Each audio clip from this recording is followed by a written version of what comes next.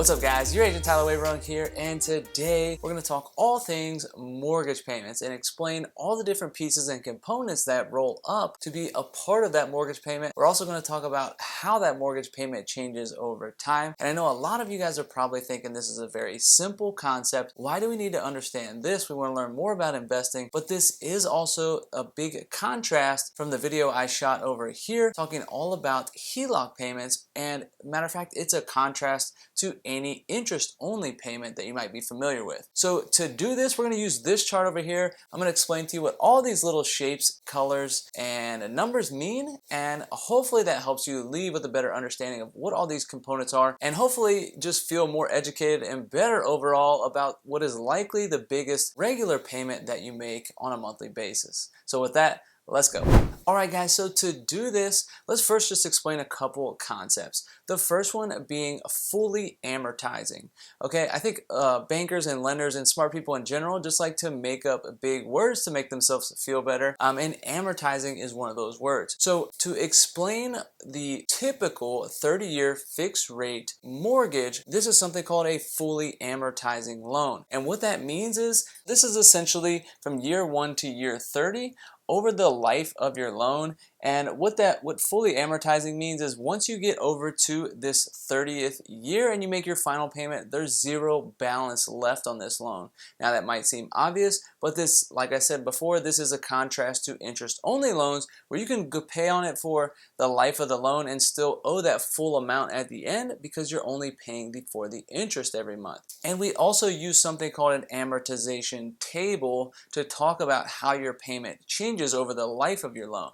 So in this bar here, we're going to assume this is your first payment, okay? And so when you make your first payment, the red here is your interest and the green is your principal. And for example's sake, we're going to use that you make a $1,500 payment every month, and we'll talk about how the different pieces roll up to make up that full payment. So we're going to start out just talking about the red and green bars up here. So as you can see here, we have $900 going to interest and only $200 going to principal. So in the very beginning, you're paying interest on the largest amount since you're just getting started. So most of the payment that you send in goes to pay off that interest, and the small sliver up there goes to pay off the principal. And as you can see here, obviously this is a short time scale. Typically what you'll see is around year 15 they will swap, or this is about 50-50, even though this is not to scale, and then the tide kind of shifts the other way. So then in the second half,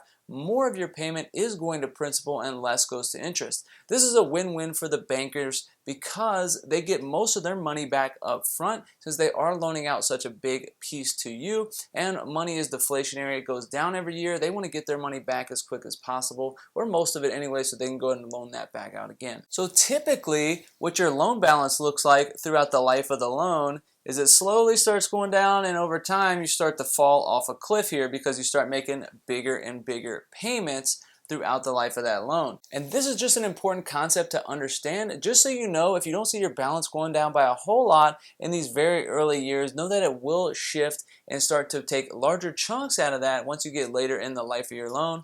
This also is an important consideration when you're thinking about refinancing, whether you're doing a traditional refinance or a cash out refinance. Just know that this amortization table resets when you get a new loan. So if you made your way all the way to here where half of your payment is going to principal every month, when you refinance or restart that loan over, you do start back over here and start that all over again. So it may make sense, but as long as you understand that and you factor that into your considerations, there's no problem. But just want to call that out so you are aware of it.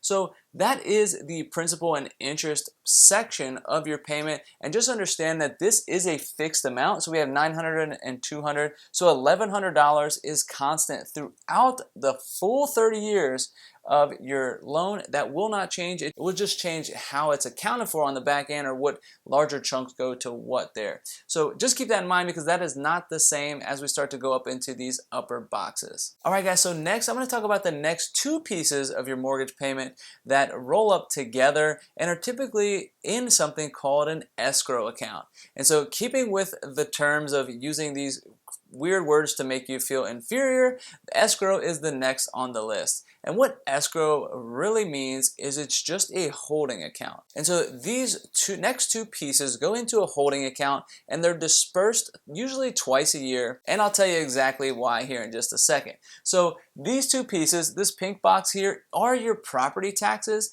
and the orange box is your property insurance. And so the reason that these go into a holding account and you make this payment like all together with your principal and interest payment is, let's talk about property taxes first. All right, so in the United States, if you don't pay property taxes, your property can be taken away from you.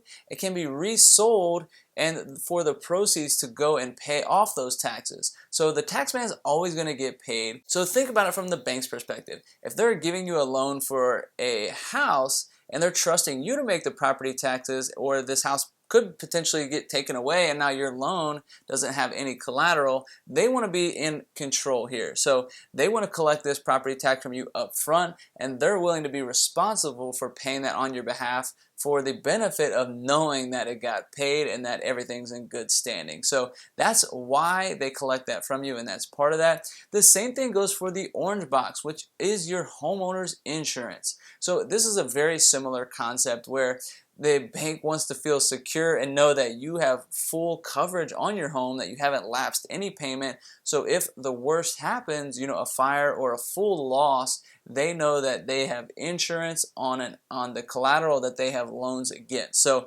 again, they don't want to trust you to keep up with that. They want to take on that control for the two biggest risk factors that they have to potentially have something go wrong with their collateral. All right, so taxes and insurance go into an escrow account, but if you do log in to look at your mortgage statement, you'll typically see a taxes and insurance section on there, and over a year you'll see a couple, usually two disbursements from there based on estimates of what your property taxes and insurance will be. This section does typically go up over time because insurance, everything costs more over time. All right, and then the last piece I want to talk about, this blue box up here, is referring to PMI or MIP.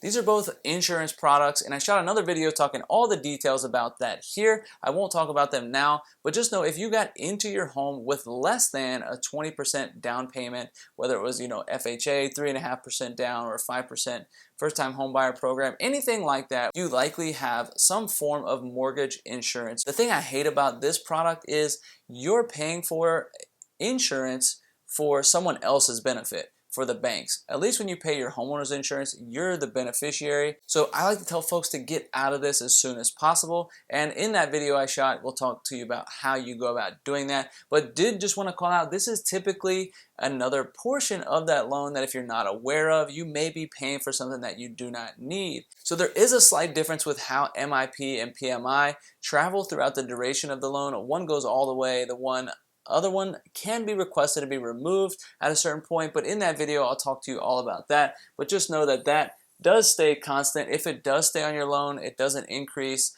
It just stays constant throughout the life of the loan. So let's just to recap, your principal and interest payments, this is your largest chunk here. For numbers sake, we got $900 and $200 going to this. That amount in total doesn't change throughout the life of the loan. And when you get to the very end, this is zero and you no longer pay that here. That stops right at that 30-year mark or whatever your loan life is.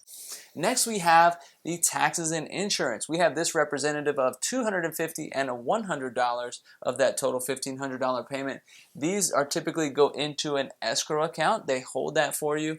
And this does go up in cost over the life of your loan, and in contrast to the principal and interest payment where it does stop at this wall, this will continue to go up forever. So even if you pay your home off, you will always have, well, you will for sure always have property taxes. It would be a good idea to continue to keep homeowners insurance on your house. That's a very safe product and it's cost very effectively, but not financial advice. But you will likely always have those two as long as you own the property. So a lot of people get that misconstrued and think they paid their home off, they no longer have any payment associated, and that's just not true. The last one here is the PMI or MIP. Again, whatever one you have, that one does end as soon as you pay off that note, so those two end. So the only thing that does remain here is the taxes and insurance. And the PMI portion also, like we mentioned, doesn't change at all. So the last piece that doesn't change in this whole scenario is once you do hit that like button below, it really doesn't change colors. It stays liked. So if you could, that's a free way to support the channel if you haven't done so already. That'd be greatly appreciated. But guys, I hope you got some value out of this, just understanding all the background and the complexities that all roll up into that mortgage payment that you just send off to the bank every month.